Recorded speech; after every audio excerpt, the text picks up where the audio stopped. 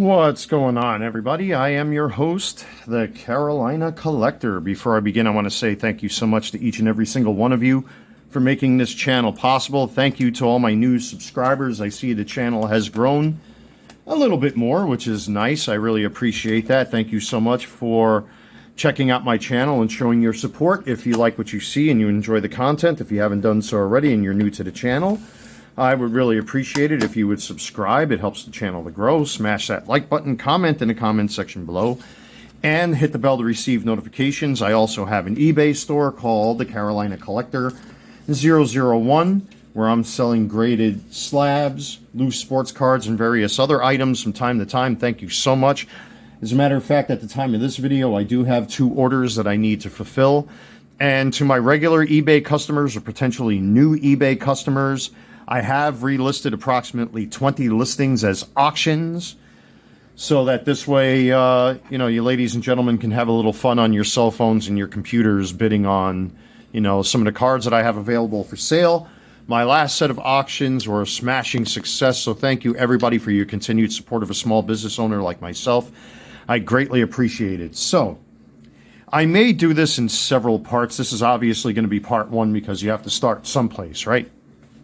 And sometimes I order loose sports cards for my personal collection, and the way people send loose sports cards to me is very bizarre because, quite frankly, I don't like a lot of people's shipping methods. I've developed my own over time. Now, I'm self-taught. I'm not going to claim to be an expert. This is what works for me. If you're customers of mine over at eBay, you'll see I've sold, I think, probably over 1,200 items at this point with 1,400 positive feedback. So I think I'm doing pretty good. I might know a little bit about what I'm talking about, but again, I'm no expert. Don't take my word for it. This is just what works for me. And let's just hop right to it. So how do I ship my loose sports cards? Now, there's a couple things you're going to need first and foremost. And again, this is what works for me. So it's going to take a little bit of an investment to do this, at least to make it as easy and stress-free on yourself as possible. I bought one of these cutting boards from Office Depot, where basically you take a piece of paper or labels, and it has this nice slide, and you can cut pieces of paper and labels really simple, really quick, and really easy. You can change this blade. I did buy replacements just in case, which I happen to have right here. You want to get stamps, and I'll explain why throughout this video. You'll also want to see if you can find rolls of fragile stickers like this and rolls of scan before delivery like the ones I have here. That'll come into play. Obviously, Scotch tape is something you need. You're going to need a printer. You're going to need printing ink, printing paper. Most sports cards under $20 on eBay can be shipped for approximately 74 cents. Now, that's where the stamps come into play, but we'll get into all that kind of stuff. So, let's just say I sold this Pete Crow Armstrong base rookie from Topps. Is this? No, that's Series 2. Okay, so that's a Series 2 Pete Crow Armstrong rookie card right there. And let's just say I sold it for like $2.99. I'm just making up a number here, right? So for me, you want to get yourself a penny sleeve that sucker up. Well, even before that, just as a side note, I mean, I'm kind of going through this video fairly quickly. You want to take a microfiber cloth and just give it a once over to make sure there's no dirt or anything like that. And you want to put it in a penny sleeve. Now, this is where collectors get very fickle or picky. So you can use card saver ones. They're not that bad, but most collectors prefer top loaders. One, I rather use top loaders for single cards like this, with the exception of relics, because you want to make sure that the card is nice and stiff and it's well protected. And you want your customer to be able to get that card, just like the way you sent it. Now, before you pack this into a top loader and penny sleeve, you kind of want to take photos of the card and the edges back and front because of the problem with card swapping. I've pretty much eliminated that or reduced it to such a point that at this point, there's really nothing people can do to swap cards on me. So you want to take top and bottom photos. If you have a centering tool like I happen to have in my collection here, which I'm kind of digging through my desk. Here we go. Here's the card centering tool. This is what card graders would use to center up the cards. So take photos with this as well. So that this way, if somebody tries to swap a card on you, the process of elimination will be in your favor. So with that being said, you got your card prepared, right? Now, this is what works for me. Now, again, I have a printer. You want to print these out in black and white. You want to print the eBay shipping label, which has a QR code on it. Again, it's 74 cents. I don't know why guys are charging $4 to $5 for shipping. It's just a sneaky way of people making money. Watch out for that sort of thing. Don't be afraid to question sellers if they're charging more than $1 for shipping on any particular card. You should not be paying more than $1 for one single under $20. So for me, I bought these cardboard fold-up sleeves that are meant specifically for shipping sports cards in. I buy them in bulk. I get them in packs of 100.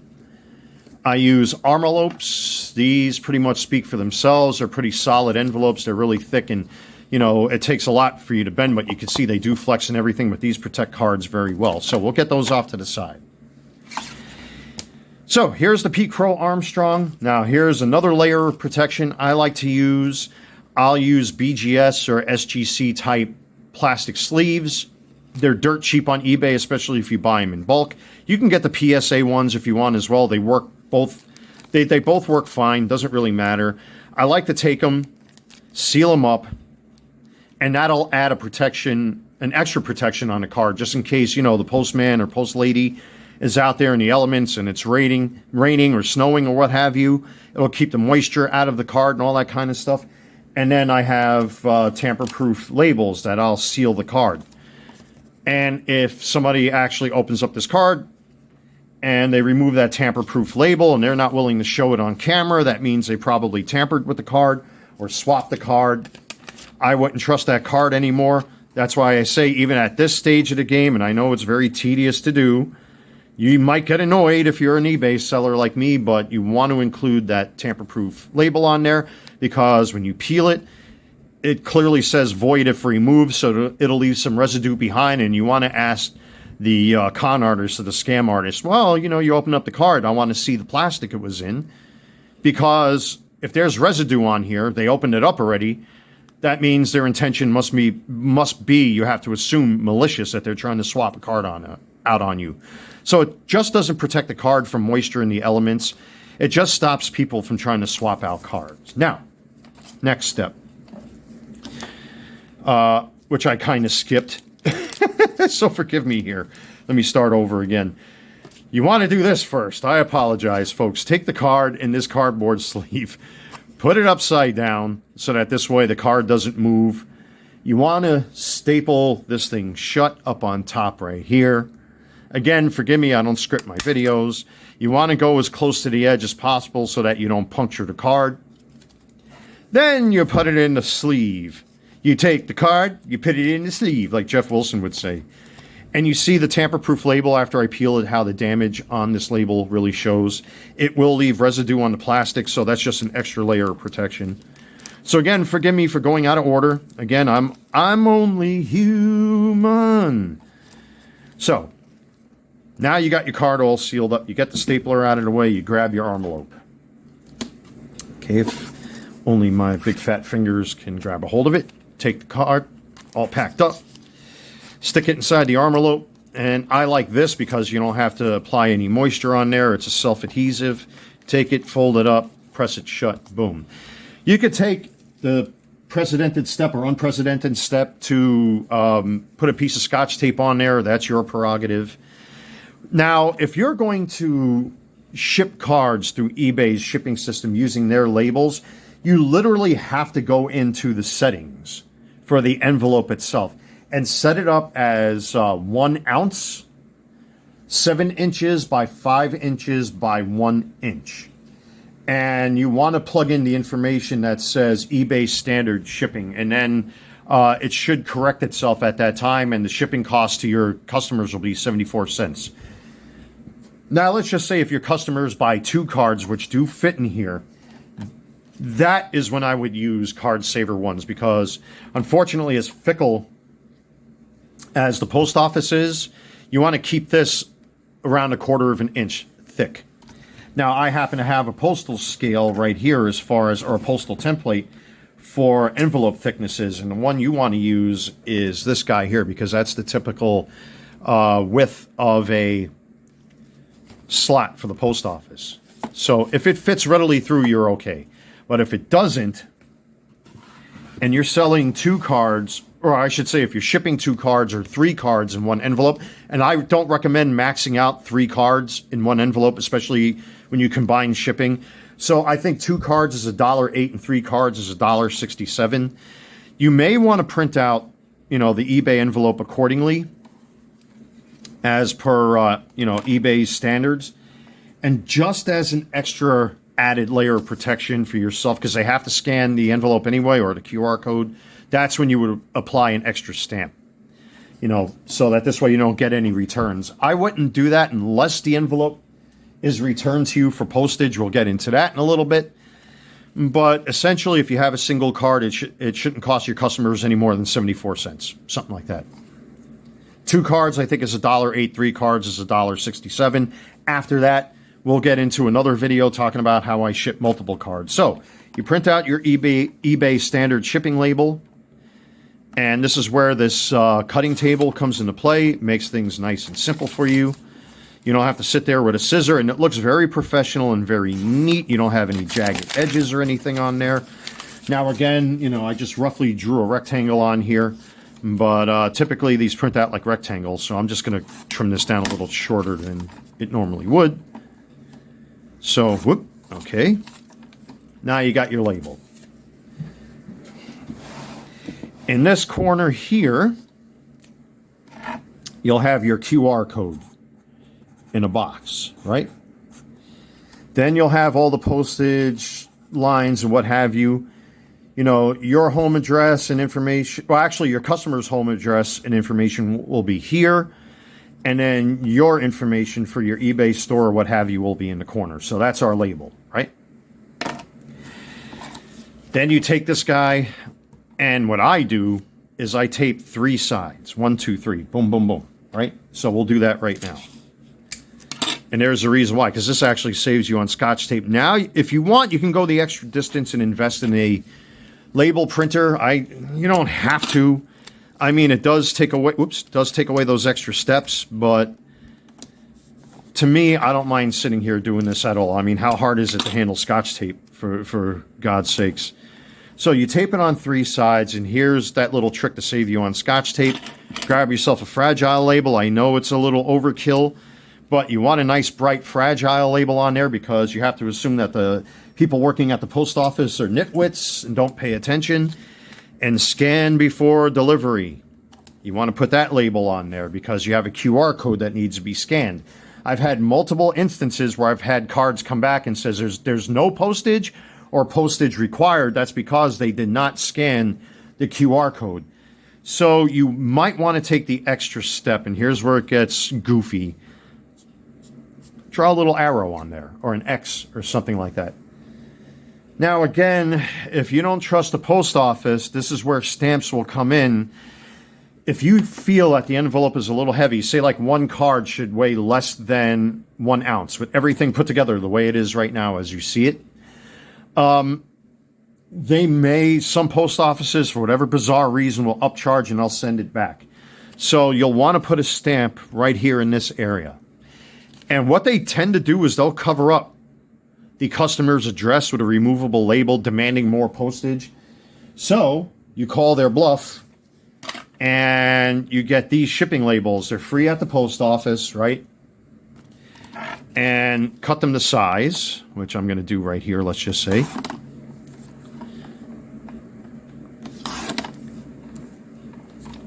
And I'm going to just make 2 of these. Again, this is just me roughly, it's nothing fancy or anything like that. Sometimes you'll see them stamp something up here, postage due, whatever, blah, blah, blah, blah, blah, blah. and it doesn't look nice on the envelope, right? So you want to be professional with your stuff.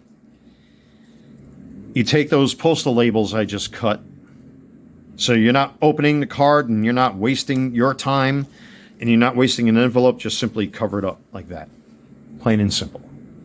Call their bluff.